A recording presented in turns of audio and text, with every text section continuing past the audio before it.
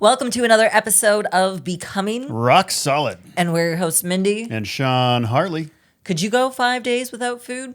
For some, it may sound like suffering. For others, it's a pathway to healing. And on this episode, we're going to be discussing Sean's 5-day water fast. Yep, I'm fresh off a 5-day water fast, and we're going to talk about why on earth somebody'd want to put themselves through this. My personal experience over these 5 days, and this is, about the fourth or fifth time I've done this, and so I'll speak from my experience there, and then we'll give you some practical advice if you feel like you want to dip your toe into these waters as well. All right, let's get into it. I keep it rockin' like promise. I'm way too turned up on a mission. Ain't no sitting in silence. It's too electrifying to shop. Find the muscle you're hiding hard off the pressure. I bring the pressure to the bitch. I don't ride and see me live. Get it right. Free your mind. We got some living to do. We bring it big from a coma, make them sick. You know he flexing when they ask you who you with. We gon' rep it for life. Rock solid, rock solid, rock solid. We becoming rock solid. So water fasting has been around for hundreds of years, fasting. Thousands of years. And it's gotten some new attention, basically because of the many benefits that come with it. And that's something that you may consider if you are wanting to heal yourself, expedite new stem cells, or if you want to go on a spiritual journey, because fasting was used a lot for spiritual journeys. Yeah, and that's why it's been around for thousands of years. And we'll talk a little bit about why that may be, or kind of my experience of why I think fasting has been part of spiritual experiences for such a long time. But there's also a lot of more physical benefits that people do this for, and physical things that happen to your body that are extremely interesting. It seems like when we take food away, our body just goes into this whole different state. We'd kind of think like, okay, I'm going to start slowly dying here, right? Yeah. But it's quite the opposite. And it makes sense, too, with nature and evolution, evolving out in the wilderness. Mm-hmm. And if food is scarce and you have to go 4 or 5 days without food there, if you just kind of got weak and withered away, and you wouldn't be around very long, right? Yeah. So if your body actually kind of becomes stronger and brings you some more health, you can have some vitality to get out there and find that next meal. Mm-hmm. Yeah. So, but let's run through a timeline of some of the things that happened in the first 3 days of going without food. So in the first 48 hours, this is when you kind of finish up digesting your last meal. And so after about 48 hours, your blood sugar drops now. We're not getting any more, carbohydrates releasing from the stomach into the bloodstream. All the food has left the stomach, and with that, your insulin production shuts down too. So when you stop eating carbohydrates and protein, your body usually produces insulin to help shuttle those into the muscle cells. And so we take those away. Insulin is going to go down as well. And this can help people with insulin sensitivity, people that are used to drinking a 2-liter sugar soda every day, and they're constantly feeding their body sugar, constantly feeding snacks. That means your pancreas is constantly cranking out that insulin, and this is a path towards insulin resistance and diabetes and other health issues. And so taking that away kind of gives that whole system a chance to just kind of reset and give that pancreas a break. And make those cells more sensitive to insulin again, too, because they're not just getting it 24/7. Mm-hmm. So after 12 hours, this is when the digestive system starts to kind of go to sleep. It's kind of sorted through everything it needs to do, and it can kind of shut off now. And so this is something people can experience in just an intermittent fasting where they're just going, 18 hours a day or something. But it's the beginning of a big process when you're doing a multi-day water fast. And this is also when the body begins to heal, too. And so with this shutting down of the digestive system, our body really kind of kicks into this healing mode.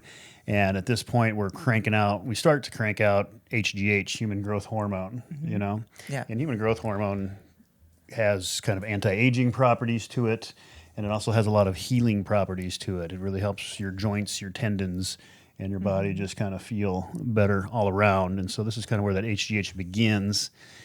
And then at 14 hours, the HGH increases, I guess, pretty dramatically. It really starts to kind of shoot up there a lot faster. And this is when our bodies now kind of run through a lot of the blood sugar, and we're now kicking into using body fat more for the energy source too. So the weight loss can really start to happen after that 14 hours. And then at 16 hours, that fat burning really starts to ramp up. At 18 hours, the human growth hormone really starts to skyrocket. And so it's really cranking them out. So this is just less than a day so far. And we've got our body cranking up fat burning, cranking up human growth hormone, getting ready for whatever's to come. And then at 24 hours, 1 day without food, this is when the autophagy begins. And so autophagy is like a cleanup process for the body. And so your body kind of scavenges through. You're not giving it any more building blocks or nutrients for it to use to break down. And so it's got to find those locally, internally. And so it starts to break down, bad cells. And this can include like cancerous cells. So cells that aren't homeogenic with the other cells, they're standing out. And so your body's going to go break those down first, break those back down into building blocks, and then use those. So pretty remarkable process. And that's, I think, one of the really big reasons to do this is the autophagy. And just, it's like a full body reset, And didn't you read somewhere, so many days you spend in autophagy add so many years to your life or something like that? Yeah, it was something like that. But there's so many years that can be added to your life when you're spending that time in autophagy.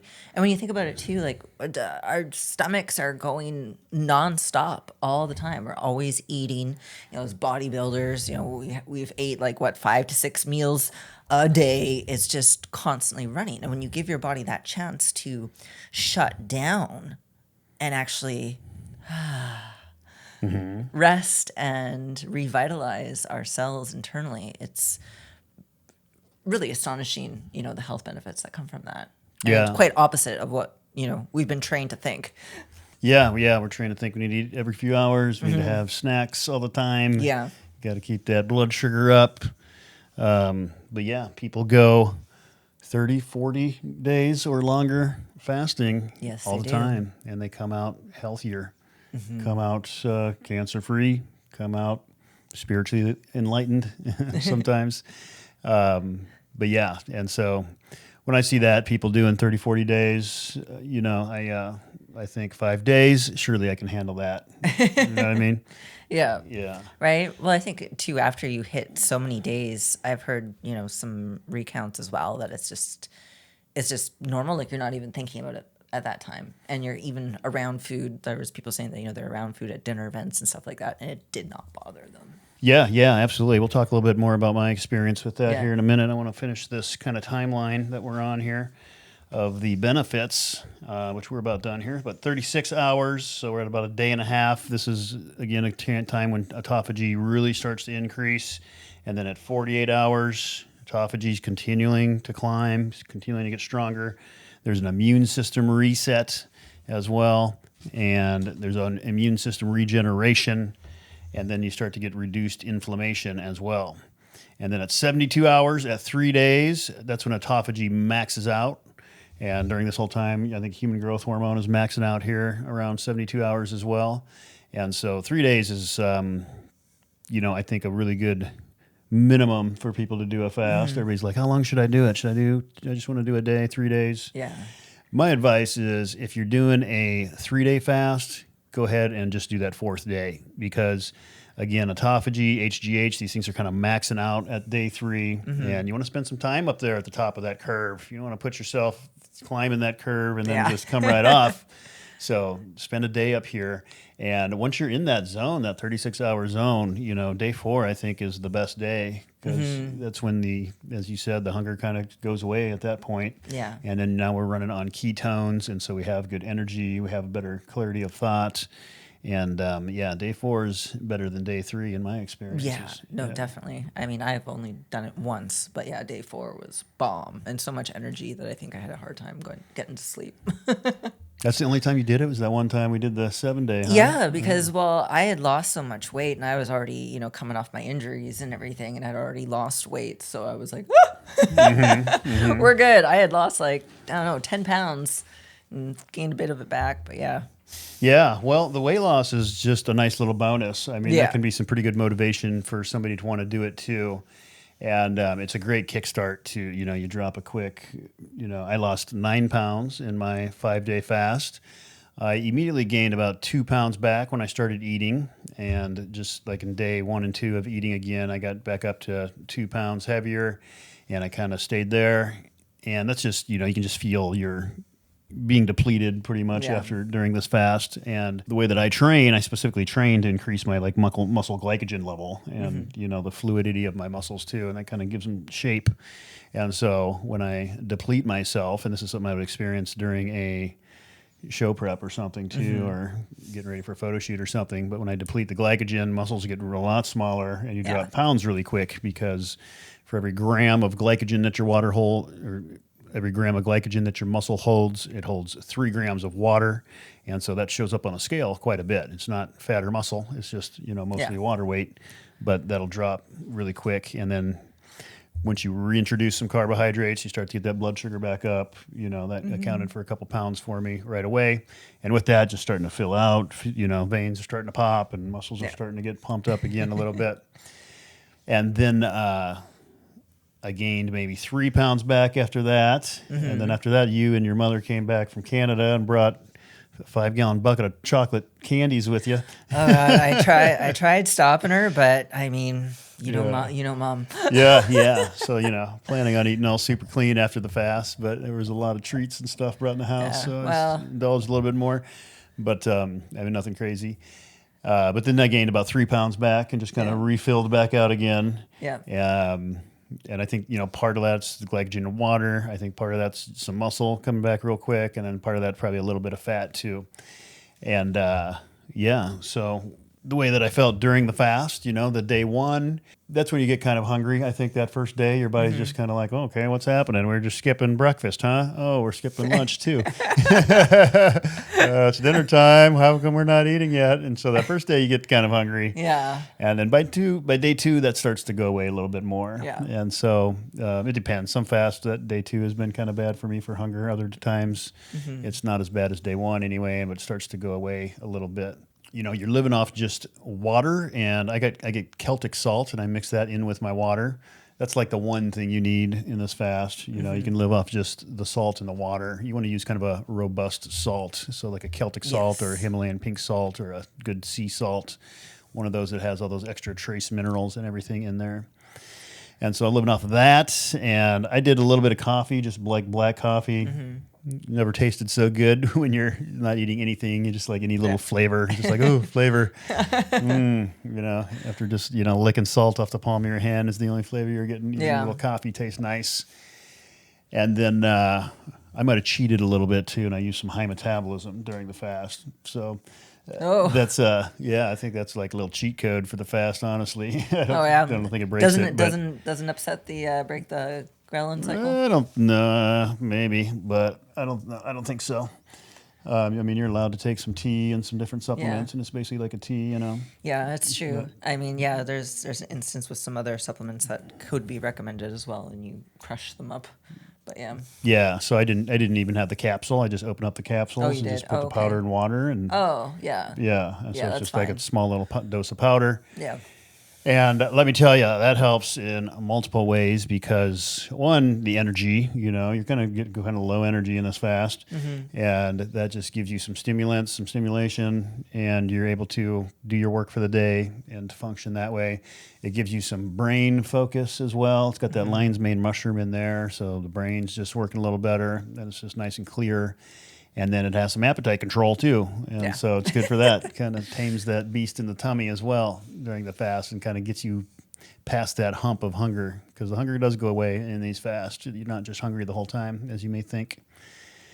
And then, by day 3, the hunger is pretty much gone away. You kind of like just want to eat because you're used to it and you're kind of bored. And and so you just kind of get a little anxious about eating that way a little bit. I don't know. Yeah. Well, you notice like your old patterns, right? Like you'll just like all of a sudden walk up to the kitchen or go to the kitchen door and you're like, what am I doing? Like your body's just all of a sudden on autopilot, walk around the house and you're like, oh shit. Yeah. That's your stomach brain leading you around. Yeah. So you got to put it to sleep sometimes. And then, for me, it's been this way on a couple different fasts, but then like the night of day 3, like I think that's when the ketones just really ramp up. Can't sleep. And then I just can't sleep that third night. It was that way this way too, and just awful night of sleep. And it's just you're just kind of buzzing with energy, and you just can't shut it down. And which, it sounds like a good thing, but when it's nighttime, you want a lot of rest and sleep during these fasts too. It's a time to recover and recoup, and so you don't want to go and get some 4-hour night sleeps during this if you can help it. But I was just on and off again night 3, and day 4 though, you feel pretty good though. That ketone energy is kind of still coming strong, and it really hits pretty good on that day 4. And so day 4, I don't mind at all. That's honestly, I think, the best day of them all, because the hunger is pretty much completely gone by this point. And you feel pretty good. And then day 5, you're kind of over it. By day 5, it's just like, okay, that's enough of this. I'm ready for this next meal. And so, like when we did the 7-day fast, like day 6 and 7, we're just like, all right, this is enough. It's draining on, But it makes me think too of like what's past that point. Yeah, there must be another hump there past. There's got to be another hump. 5 to 7 day hump. Because the people that are doing the 30-day ones, Yeah, they seem to do all right. And I just watched a guy who was on like day 15, and he was feeling pretty good about it. Yeah, there. There's got to be another hump. There must be like a 5 to 7 day hump or something they got to get past there. Yeah. But for most of us, I think that 4 to 5 day range, 5 days gives you kind of 2 days after that top of the curve. You're probably starting to come down on that 5th day, and maybe that's why you don't feel quite as good as you do on day 3 and 4. And so, I think that's a good time frame. So one of the other times you were on the fast, you ended up having to put together a shed for your dad. You were working outside, you were still going to the gym a bit. Did you exercise at all this time around while I was away? Well, I like to take the time off from the gym. Yeah. And it's a time for, again, recovering and recouping. And so I'm not trying to break muscle down during this time. But you don't want to just be sitting around the house all day either. And it's good, I think, to get some movement and some exercise. So, like when we did that first 7-day fast, this happened, this is what, 2-3 years ago? 3 years ago. 3 years ago, and this was the first time either of us did a fast. We jumped right into the 7-day commitment. And a day before we start this fast, my parents come to me and says, I need your help helping your father build a shed. And we had to build this whole big metal machine shed out at their country place. And it consisted of me, going up and down scaffolding and carrying big things of metal and, a lot of physical labor. Not like super heavy lifting or super intense physical labor, but you're outside working, moving. Out in the sun. And honestly, it was summertime. And I think that helped a lot, just being out there moving and having something to do and not sitting around the house thinking about food. And so for that reason, like when I go on fast now, I just want to get outside and like go for walks at least. And so I had at least like 2 days. I went to the beach and got some walks, and then I went to the park another day. And so just getting outside, getting movement. And part of that too, I think, helps with the, if you're trying to attach any type of mental health or spiritual health advancements to this fast too, just getting out there in the sunshine, getting outside in nature really accompanies the fast well. Doing some grounding while you're out there. Yeah. But as far as exercise goes, it's just some long walks, some movement. You want to pump that lymph through. So you could be doing like some qigong or just some other type of calisthenics lightly, just to yoga movements. Circulate the blood, circulate the lymph flow.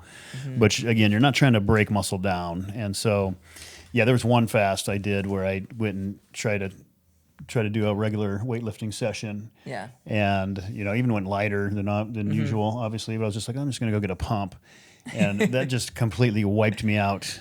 And like the next day I was just exhausted and dead and like didn't want to, stand up. And so avoiding those kind of more intense workouts and avoiding, I think, the weightlifting during this time, I think really helps you have a little more endurance for this. Yeah. Well, it's a total reset too, right? So So so instead of going to the gym this time, I joined our buddy's cold plunge gym over here. And so I was doing cold plunges, didn't do it every day, but a couple days.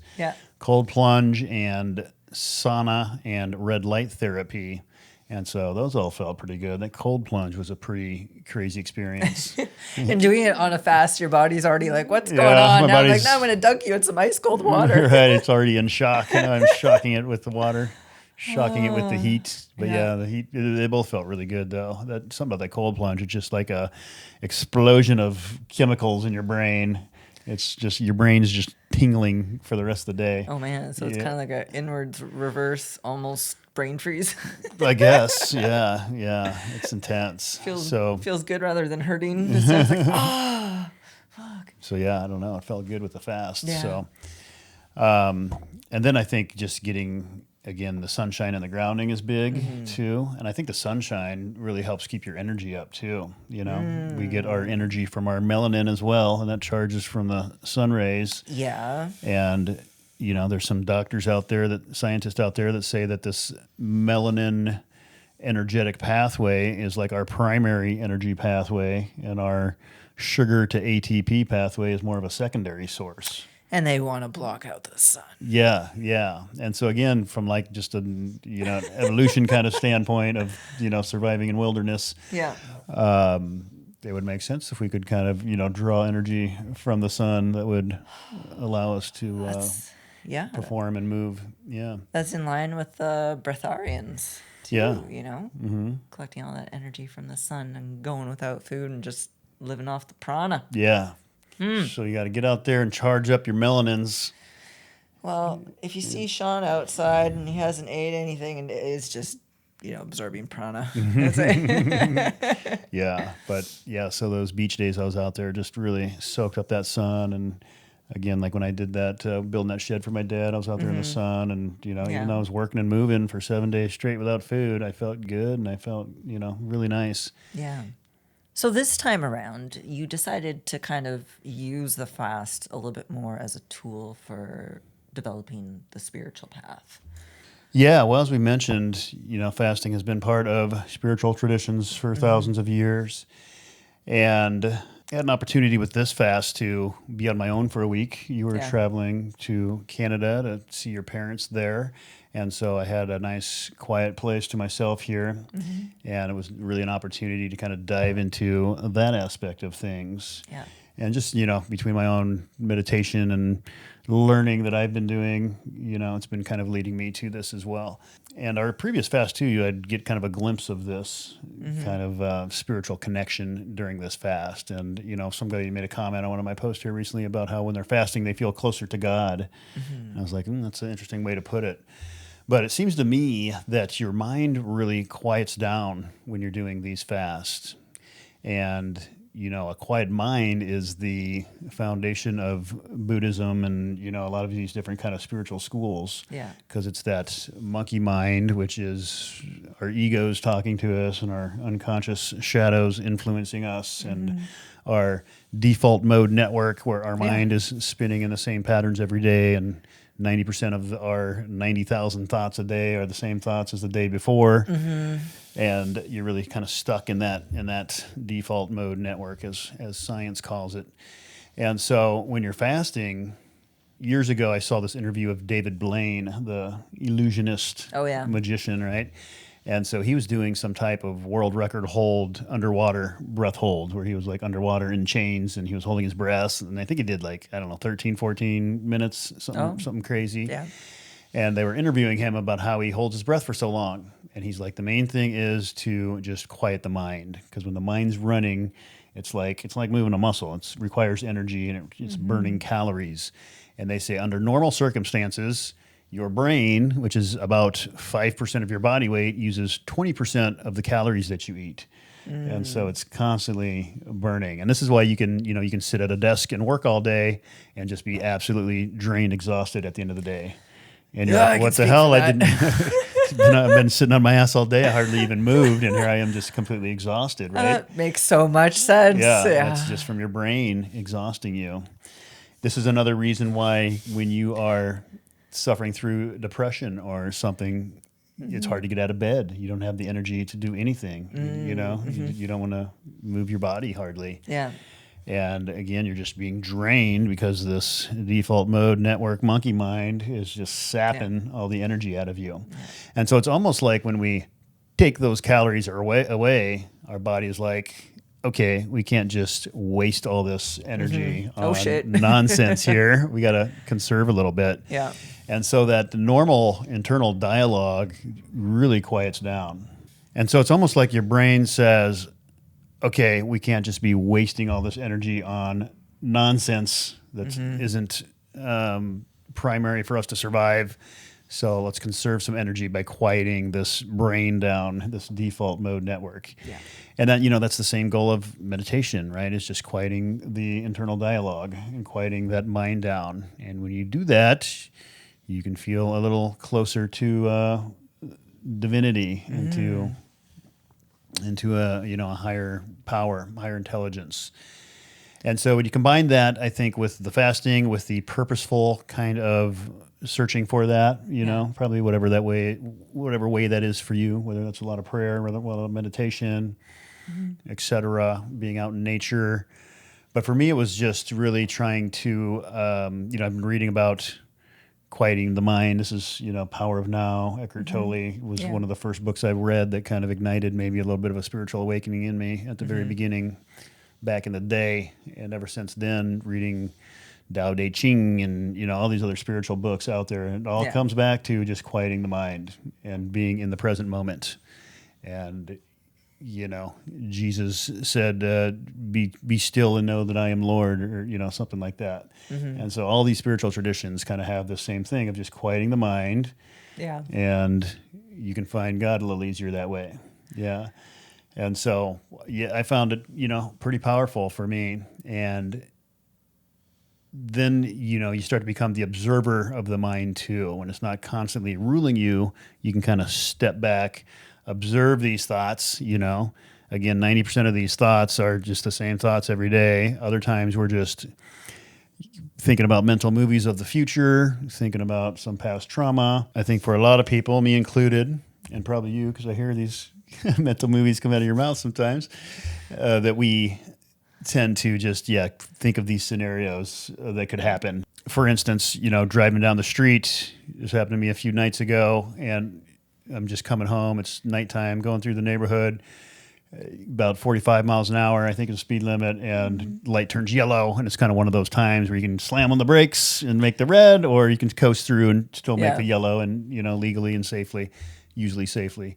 But as I'm coasting through the yellow, I see the car oncoming trying to take a left, and they kind of jerked at me and then hit the brakes. And there's that moment where like, this guy's going to go. And you're just, and then all of a sudden I'm just like in my mind, I'm playing and I'm zoomed past by and I'm blocked down the road now. Yeah. But my mind is now going, picturing his car crash, picturing how, what am I going to tell the cops? It was that guy's fault, obviously. And picturing out this whole conversation with the cops. And my mind's just going.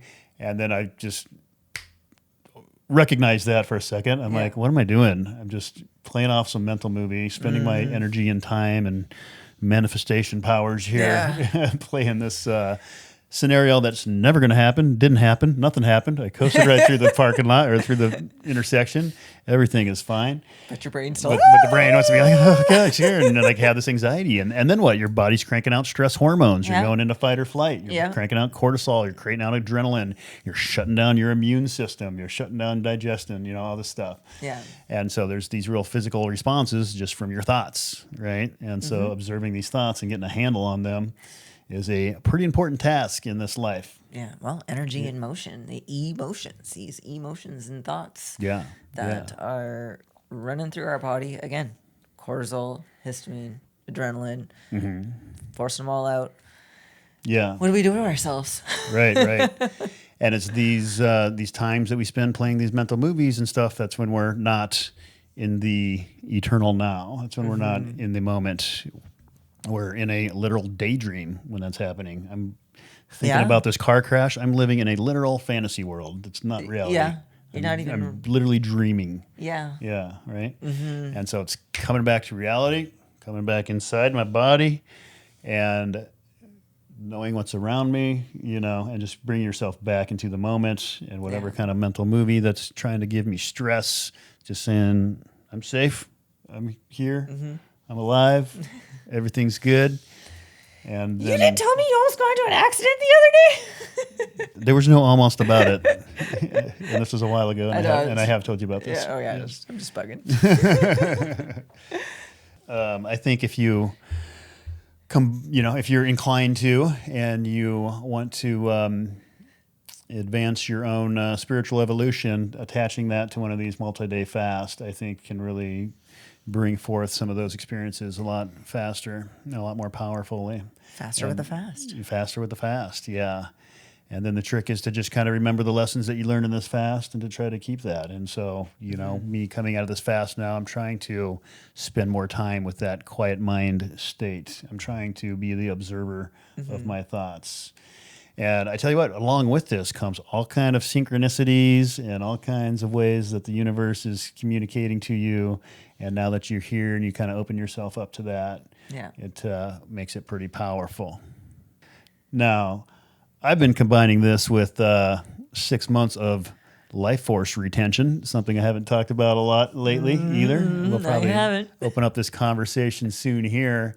But I think the combination of that, the fasting with the retention, really makes for some powerful experiences. And really those are two kind of most animal-based influences, our sexual impulse and our appetite, right? Very low chakra, very primal, Gotta tame the beast. Tame the beast down there, or those beasts, Beasts. will want to run you wild.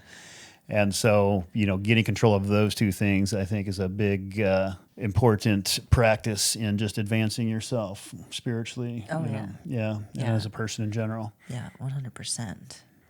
So what is your words of advice to someone that maybe wants to try this out for themselves? There seems to be a pretty big interest in this. I have a lot of people contact me after this, and, a lot of them have done a 1 or 2 day fast or something, and they're curious about doing more. My advice is, 1, do it. You're not going to die. You're going to come out a little stronger.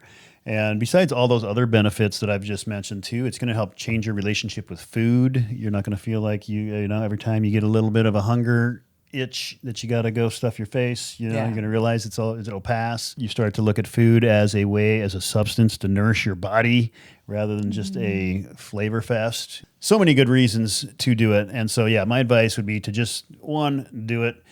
Obviously, if you've got medications or something, if you've got some type of medical condition, consult your doctor and, make sure everything's safe for you. But for the rest of you that aren't depending on a medicine that needs food or something, I would say go for it. And again, as I mentioned before, everybody's just like, how long should I do? 3-4 days. Those benefits really top off at about 3 days, at about 72 hours. And so, again, I recommend doing 4 days. I think that 4th day is the best day. It's better than day 3. If you want to challenge yourself a little bit, go 5 days. Yeah. And again, I think that day 6 and 7, I'm not sure the juice is worth the squeeze because they're, in my experience, pretty tough. Like day 5, again, I'm ready to be over it. And I spent a couple days there at the top of that curve.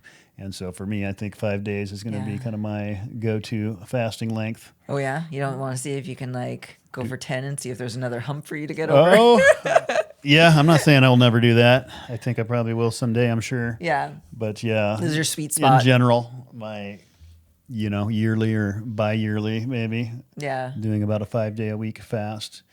But yeah, other recommendations. Do this at a time when you can have some free time for yourself. You're not crazy busy with your regular humdrum of life, Again, with me, it was nice having her out of town and just having some me time where I could just have quiet time and be to myself with my own thoughts. And so, if you got kids and family, if you can send them off for the weekend or something, that would be ideal.